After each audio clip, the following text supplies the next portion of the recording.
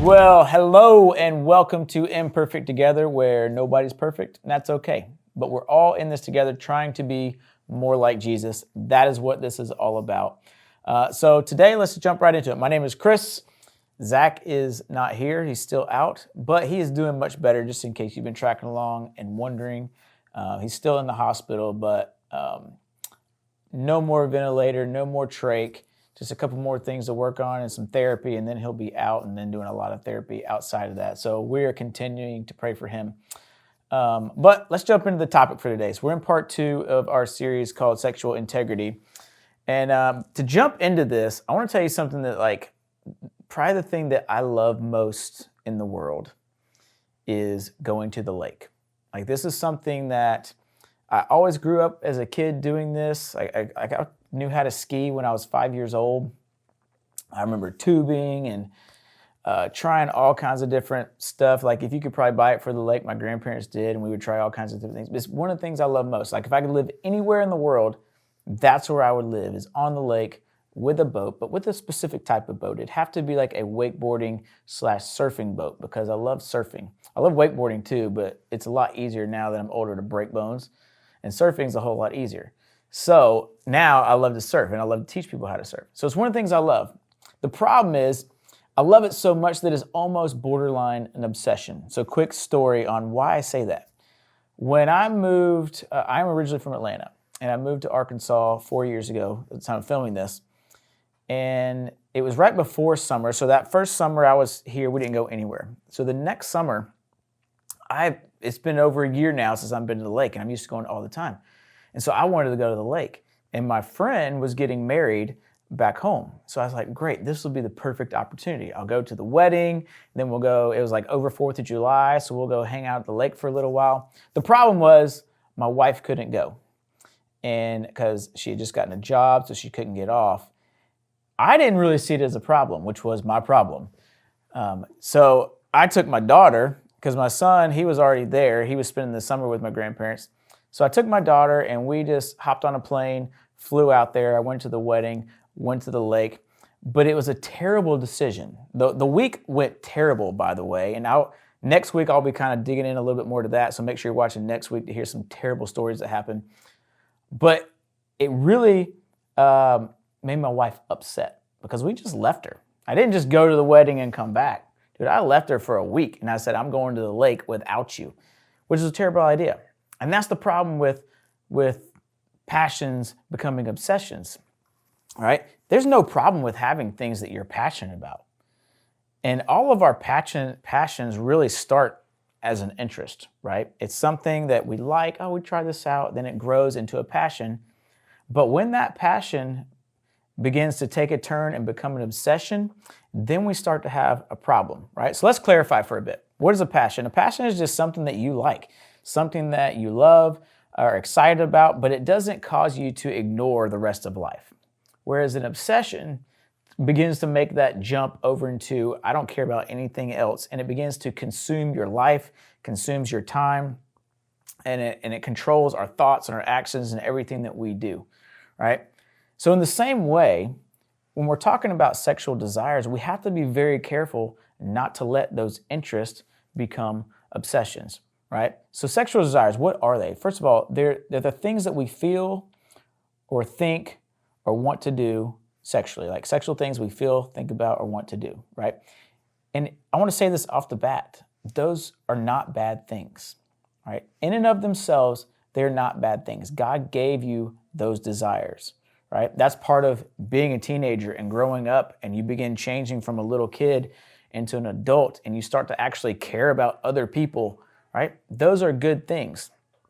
The problem is, if we're not careful, then our desires can become something that more than just what we're interested in or what to do, and they can become an obsession, and they can begin to control us and lead us down roads that we don't want to go down because they're not what's best for our lives. So the question we have to talk about today is, what do we do about that? How are we supposed to handle these desires that we all of a sudden are getting right now, all right?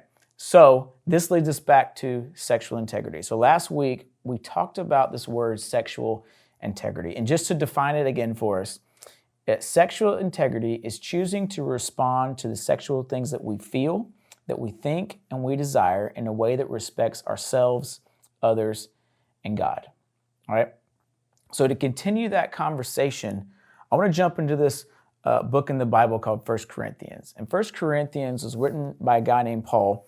And what you have to know about Corinth, it was kind of like Miami or New York, right? It was this port city. A lot of business went through there. And Paul was a guy who went on a missionary journey, and he ended up establishing a church in this city, right? So in this city, which was known as like a party city, because all the businessmen would come through, they party before they went home. This church, that's all they really knew. So when Paul had come through and set up this church, and they were now choosing to follow Jesus, they didn't really know what that meant or what that looked like. So they were asking a lot of the same questions that we're talking about right now. Like, hey, we're used to going and sleeping with prostitutes and doing these different things, but that's probably not the best way to follow Jesus. So they write this letter to Paul. And they're like asking him all these different kind of questions. And so basically 1 Corinthians is Paul writing a letter back to them, answering a lot of their questions. And so in 1 Corinthians chapter 6, he gets to this verse that says this. He says in 1 Corinthians chapter 6, verse 12, I am allowed to do all things, but not everything is good for me to do. Even if I am free to do all things, I will not do them if I think it would be hard for me to stop when I know I should. Right? So we live in this culture where everything is all about me, right? I can do what I want. I can say what I want. It's my body, my choice, all that kind of stuff. And Paul's saying, look, just because you can do it doesn't mean it's a good idea. It doesn't mean it's the best thing for you, right? Just because I can jump out of an airplane without a parachute does not mean it's a good idea or the best thing for me. And that's what Paul's trying to get at here. And the same thing is true when it comes to our sexual desires. Remember, they're okay. God gave us those desires, but a lot of times our lives would be a whole lot easier and a lot less complicated and probably a lot less stressful if we stopped asking questions like, can I do this and get away with it? Or if I do this, will I get in trouble? Because you know that if you're asking those types of questions, you know it's probably wrong to do anyways. So instead of asking those types of questions, what if we started asking questions more like, is this good for me? Is this what's best for me? Is acting upon this desire honoring to or respecting to myself, others, or God?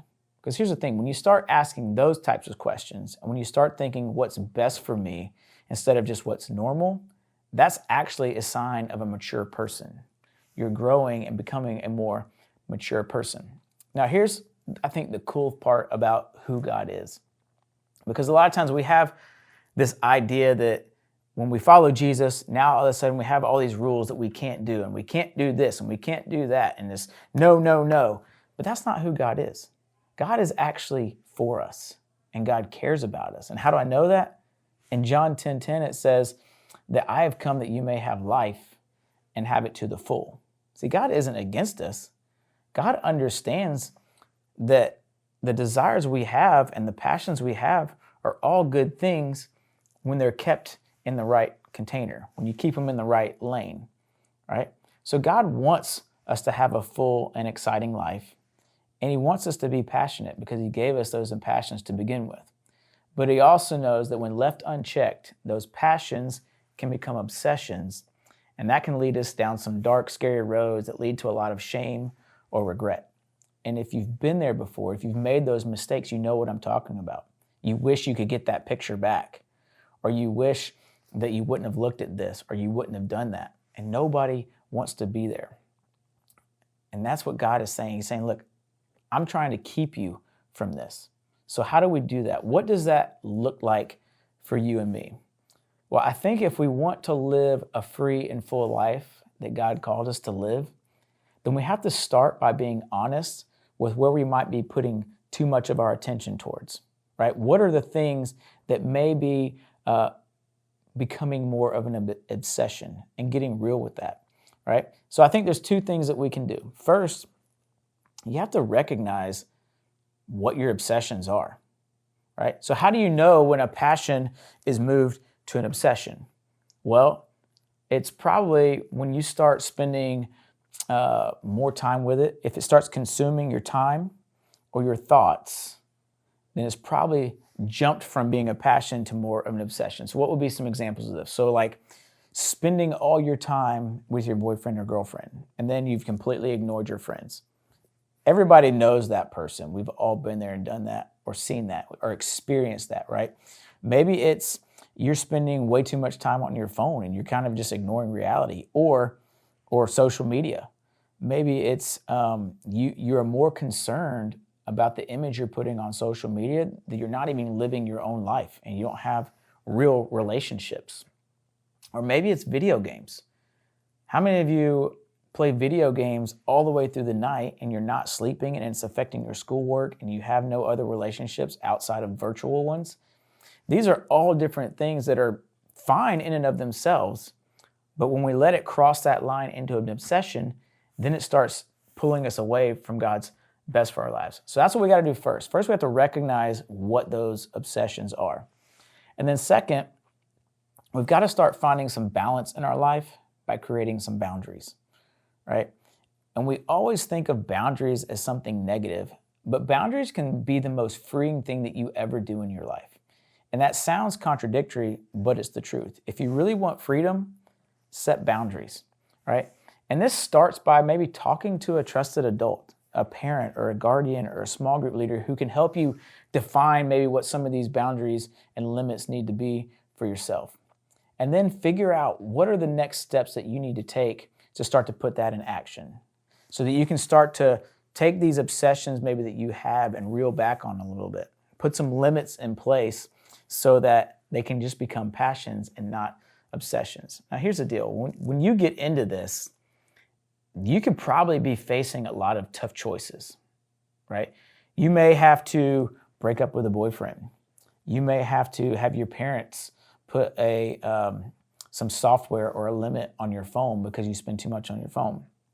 Maybe you need to take a computer out of your room because it's too tempting, right?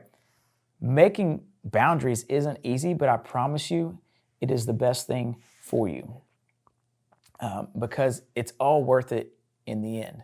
Because you're not going down this road and you're not getting to the regret and the shame that ends up happening when we don't keep things within the proper boundaries.